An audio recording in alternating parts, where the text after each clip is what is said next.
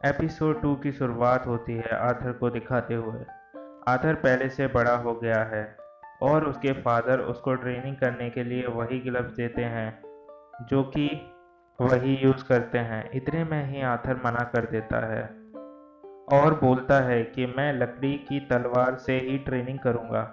Arthur बोलता है कि मैं अभी इतना बड़ा नहीं हुआ कि अपने फादर के वो ग्लव्स यूज़ कर सकूं। और आर्थर अपनी तलवार से अटैक करने लगता है अपने फादर पे। ये देख के उसके फादर इम्प्रेस हो जाते हैं और आर्थर के फादर उस लकड़ी में अपना माना भर लेते हैं आर्थर से लड़ने के लिए। और अब हमारा आर्थर भी अपनी स्वॉर्ड में माना भर लेता है और वो अटैक करता है, जिसकी वजह से जो उसके फादर की लकड़ी थी वो टूट जाती है और आर्थर मुस्कुरा देता है और उसके फादर उससे इम्प्रेस हो जाते हैं। और उसके बाद हम रे और एलिस को देखते हैं, जो कि रे बोलता है एलिस से कि हमें आर्थर के लिए एक अच्छा सा टीचर दे देना चाहिए। एलिस बोलती है कि तुमने तो कहा था कि तुम खुद आर्थर को ट्रेनिंग दोगे, फिर क्या हुआ? तो रे बोलता है कि हाँ, पर आर्थर बहुत ज़्यादा टैलेंटेड है, तो इसलिए हमें टीचर ढूंढना चाहिए ताकि ये और ज़्यादा ताकतवर बने। एलिस बोलती है कि मैं आर्थर को मैजिक सिखा दूंगी, तो रे मना कर देता है और वो बोलता है कि आर्थर अभी बस 4 साल का है और उसने लकड़ी तोड़ दी जिसमें मैंने माना भरा था, फिर भी उसने तोड़ दिया, इसलिए हमें उसको कोई अच्छा टीचर देना चाहिए। जो देखकर एलिस आर्थर को इमोशनली हग कर लेती है कि नहीं, मैं अपने बेटे को दूर नहीं कर सकती अपने से। और रे बोलता है कि उसका फ्यूचर के बारे में तो सोचो, पर एलिस बोलती है कि मैं उसके प्रेजेंट का सोच रही हूँ। एलिस बोलती है रे से कि तुम नहीं चाहते क्या कि हमारा बेटा हमारे साथ रहे? रे बोलता है कि चाहता हूँ, और वो दोनों ही लड़ने लगते हैं। ये देखकर आर्थर बोलता है कि क्यों ना हम सब एक ही साथ चले, जिसको सुन के वो दोनों बहुत ज़्यादा ही खुश हो जाते हैं। अगले सीन में हम देखते हैं कि उन लोगों के साथ जाने के लिए कुछ एडवेंचरर आए हैं।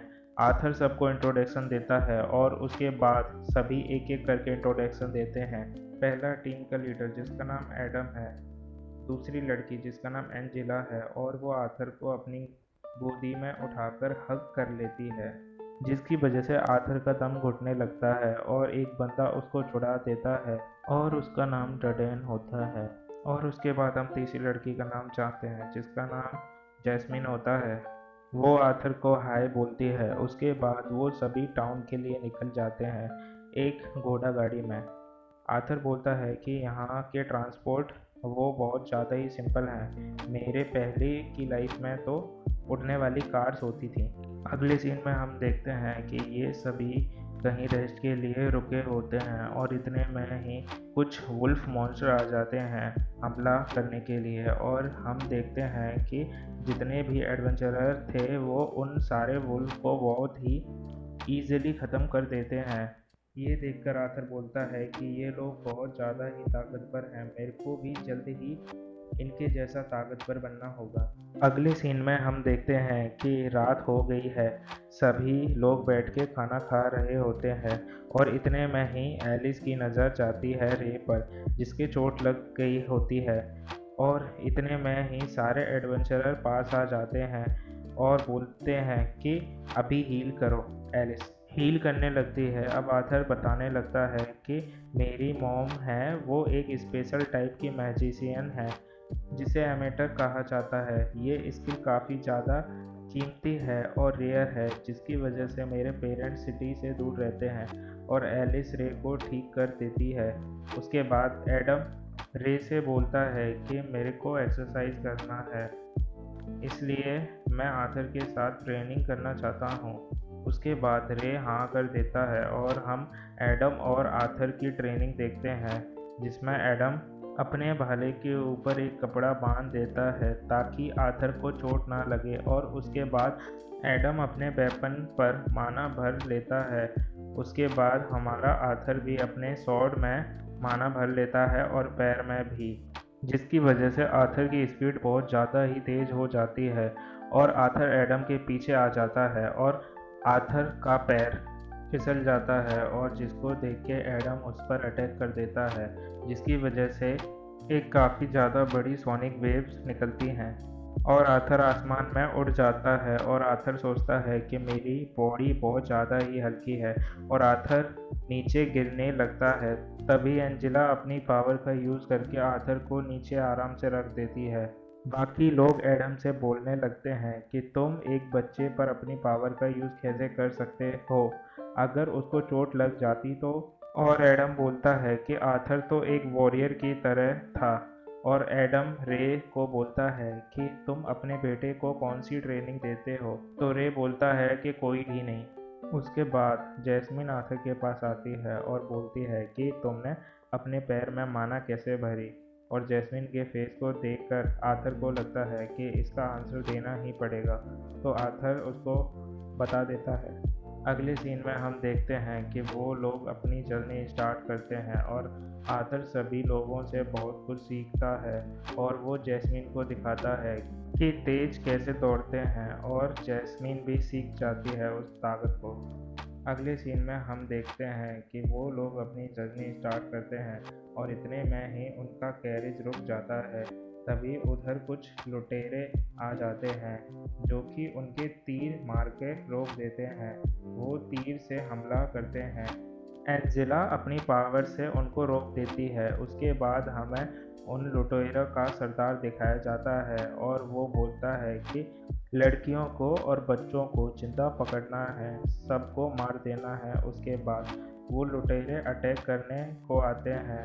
ये देखकर एलिस बोलती है आर्थर से कि चिंता मत करो, मैं तुम्हारे साथ हूँ। अगले सीन में हम रे और उसके बाकी के साथियों को देखते हैं जो कि उन सभी लुटेरों को मारने लगते हैं और वो देखते हैं कि लुटेरे बहुत ज़्यादा हैं, थकने लगे हैं और अचानक से रे पर हमला कर देते हैं और रे कैरेज पर गिर जाता है और उसके बाद लुटेरे के सरदार को दिखाते हैं सामने आने लगता है। ये देख के आर्थर और एलिस बाहर आ जाते हैं। ये देख के रे एलिस से बोलता है कि अपनी ताकत मत दिखाना वरना हम बहुत ज़्यादा प्रॉब्लम में आ जाएंगे।